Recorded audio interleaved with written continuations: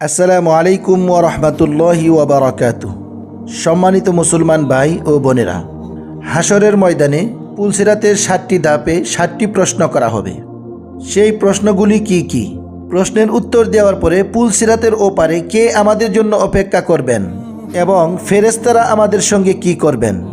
আরবিতে সিরাত অর্থ পথ বা রাস্তা, আর পুলসিরাত হচ্ছে সেই রাস্তা যা জাহান্নামের উপর দিয়ে বয়ে যায়, যা চুলের চেয়েও চিকন, আগুনের চেয়েও গরম এবং কি তরবারির চেয়েও ধারালো।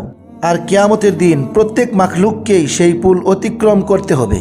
যারা জান্নাতবাসী হবে তারা তাদের ঈমান ও আমল অনুযায়ী স্বাচ্ছন্দ্য অথবা কষ্টের সাথে পুলসিরাত অতিক্রম করে জান্নাতে চলে যাবে, এবং যারা তাদের আমলের কারণে জাহান্নামে থাকবে তারা পুলসিরাত থেকে পড়ে গিয়ে জাহান্নামে পতিত হবে। ঈমানদারদের জন্য পুলসিরাত একটি সুন্দর উপত্যকায় রূপান্তরিত হবে, যেখানে তারা কোনো সমস্যা ছাড়াই অতিক্রম করে জান্নাতের দরজায় পৌঁছে যাবে। ঈমানদারদেরকে তাদের কর্ম অনুযায়ী নূর বা আলো দেওয়া হবে, যার আলোতে তারা পুলসিরাতের মধ্য দিয়ে পথ নির্ধারণ করবে। তাদের মধ্যে অনেকে প্রবল বাতাসের মতো দৌড়ে পার হয়ে যাবে, তারপর অনেকে হাঁটুতে বর দিয়ে পার হবে এবং অনেকেই হামাগুড়ি দিয়ে পার হবে। নবী করিম সাল্লাল্লাহু আলাইহি ওয়াসাল্লাম বলেন, আমি এক রাতে এক অদ্ভুত দৃশ্য দেখেছি। আমি দেখেছি আমার উম্মতের মধ্য দিয়ে একজন পুলসিরাতের উপর বুকে ভর দিয়ে টেনে টেনে পার হচ্ছিল এবং কখনো হাঁটুর উপর ভর দিয়ে চলতেছিল। এমন সময় তার কাছে সেই দরুদ পেশ করা হলো যা দুনিয়াতে সে আমার জন্য পাঠ করেছিল। সেই দরুদের ফজিলতের কারণে সে উঠে দাঁড়াতে সক্ষম হয় এবং পুলসিরাত দ্রুত পার হতে পারে। আখিরাতের সময় অনুযায়ী পুলসিরাতের দূরত্ব 3000 বছর। এক রেওয়ায়েতে বলা হয়েছে যে জাহান্নামের 7টি পুল রয়েছে। প্রত্যেক পুলের মাঝে দূরত্ব 70,000 বছরের সমান এবং প্রতিটি পুল তলোয়ারের মতো ধারালো। এই পুলের উপর দিয়ে অতিক্রমকারী দলগুলোর মধ্যে প্রথম দলটি চোখের পলকে পার হয়ে যাবে, দ্বিতীয় দলটি বিদ্যুতের গতির মতো পার হয়ে যাবে, তৃতীয় দল জোরো বাতাসের মতো পার হয়ে যাবে, চতুর্থ দল পাখির মতো পার হয়ে যাবে, পঞ্চম দল ঘোড়ার মতো পার হয়ে যাবে, ষষ্ঠ দল দৌড়ে ছুটে চলা মানুষের মতো পার হয়ে যাবে, সপ্তম দলটি পথচারীর মতো পায়ে হেঁটে হেঁটে পার হয়ে যাবে। তাদের সবার শেষে একটা দল অবশিষ্ট থাকবে।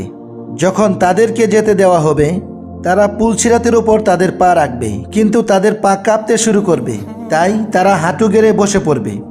অতঃপর তারা হাঁটুতে ভর দিয়ে চলতে শুরু করবে এবং জাহান্নামের আগুনের স্ফুলিঙ্গ তাদের পায়ে এবং পায়ের তলা পর্যন্ত পৌঁছাবে। তারপর তারা তাদের বুকের উপরে ভর করে টেনে টেনে চলতে শুরু করবে। আগুন তাদেরকে ঘিরে ধরবে। আগুন থেকে বাঁচার জন্য পেটের উপরে ভর করে টেনে টেনে আবারও চলতে শুরু করবে। তারা তাদের হাত দিয়ে পুল আঁকড়ে ধরবে। অতঃপর আগুন অতিক্রম করার পর তারা ঘুরে দাঁড়াবে এবং জাহান্নামের দিকে তাকিয়ে বলবে, হে আল্লাহ, আপনি আমাদেরকে এই জাহান্নামের আগুন থেকে রক্ষা করেছেন, আপনি মহাপবিত্র। এই পুলের প্রথম ধাপে আমাদের ঈমান অনুযায়ী প্রশ্ন করা হবে। আমাদেরকে ঈমানের আরকান সম্পর্কে জিজ্ঞেস করা হবে, যার মধ্যে আল্লাহ তাআলার প্রতি ঈমান, ফেরেশতাদের প্রতি ঈমান, পবিত্র গ্রন্থের প্রতি ঈমান এবং সকল নবী রাসূলের প্রতি ঈমান, আখিরাতের উপর ঈমান এবং ভালোমন্দ ভাগ্যে বিশ্বাস। এই সকল প্রশ্ন থাকবে। যখন কেউ এই সকল প্রশ্নের উত্তর দিতে সফল হবে তখন তাকে পরবর্তী ধাপে পাঠানো হবে, যেখানে তাকে নামাজ সম্পর্কে জিজ্ঞাসা করা হবে সে পূর্ণ নামাজ পড়েছে কিনা। যারা তাদের নামাজ সঠিকভাবে আদায় করবে তাদের নামাজ তাদের জন্য একটি নূর হয়ে যাবে, যা তাদেরকে পরবর্তী ধাপের পথ দেখাবে। অতঃপর তৃতীয় ধাপে তাদেরকে যাকাত সম্পর্কে জিজ্ঞাসা করা হবে। যারা সবসময় সঠিকভাবে যাকাত আদায় করেছে তারা এই ধাপ থেকে পরবর্তী ধাপে একটি ঠান্ডা জোরো বাতাসের মতো পৌঁছাবে, যেখানে চতুর্থ ধাপে তাদেরকে রমজানের রোজা সম্পর্কে প্রশ্ন করা হবে, যেখানে রোজা রাখা এবং কুরআন তেলাওয়াত সেই ব্যক্তিকে সাহায্য করবে। একটি রিওয়ায়াত অনুসারে রাসূলুল্লাহ সাল্লাল্লাহু আলাইহি ওয়াসাল্লাম বলেছেন, সে সময় রোজা বলবে, হে আল্লাহ, আমার কারণে এই ব্যক্তি সারাদিন ক্ষুধার্ত এবং তৃষ্ণার্ত ছিল এবং নিজেকে নফসের কামনা ও বাসনা থেকে বিরত রাখত, একে ক্ষমা করে দাও। কুরআন বলবে, সে আমার তেলাওয়াতের কারণে রাতে ঘুমায়নি, তাকে ক্ষমা করো। অতঃপর আল্লাহ তাআলা তাকে ক্ষমা করে দিবেন এবং তাকে পরবর্তী ধাপে অর্থাৎ পঞ্চম ধাপে পাঠাবে, যেখানে তাকে হজ সম্পর্কে জিজ্ঞাসা করা হবে। এবং এই ধাপে সফল হওয়ার জন্য শারীরিক ও আর্থিকভাবে সক্ষম প্রত্যেক মুসলমানকে তার জীবনে অন্তত একবার হজ করা উচিত। এখানে সফল হলে পরবর্তী ধাপ অর্থাৎ ষষ্ঠ ধাপে পাঠানো হবে। ষষ্ঠ ধাপে তাকে অজু ও গোসল সম্পর্কে জিজ্ঞাসা করা হবে। অজুর মাধ্যমে একজন ব্যক্তি পরিষ্কার এবং পবিত্রতা হাসিল করে আল্লাহ তাআলার ইবাদত করার জন্য প্রস্তুত হয়। তাই শিশুদেরকে অল্প বয়সেই অজু ও গোসল সম্পর্কে শিক্ষা দেওয়া জরুরি, যাতে কিয়ামতের দিন পুলসিরাতের এই ষষ্ঠ ধাপে সফল হয় এবং পরবর্তী ধাপে অর্থাৎ সপ্তম ও শেষ ধাপে পৌঁছাতে পারে। সপ্তম ও শেষ ধাপে তাকে বান্দার হক সম্পর্কে প্রশ্ন করা হবে, যেখানে সফলতা নির্ভর করবে আমরা আমাদের নিজের পিতামাতা, প্রতিবেশী ও বন্ধুবান্ধব এবং আত্মীয়দের সাথে কিভাবে আচরণ করি তার উপর।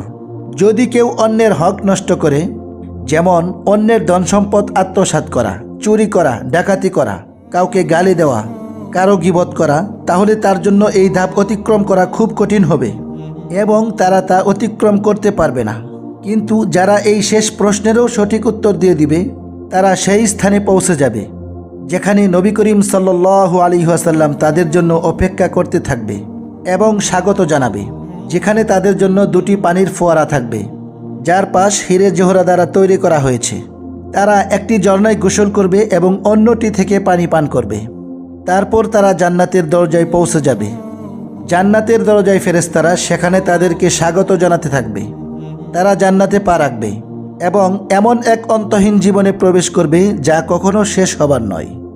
আল্লাহ পাক রব্বুল আলামিন আমাদের সবাইকে পুলসিরাতের 7টি ধাপ অতিক্রম করে সেই সুন্দরতম জান্নাতে পৌঁছার তৌফিক দান করুন। আমিন।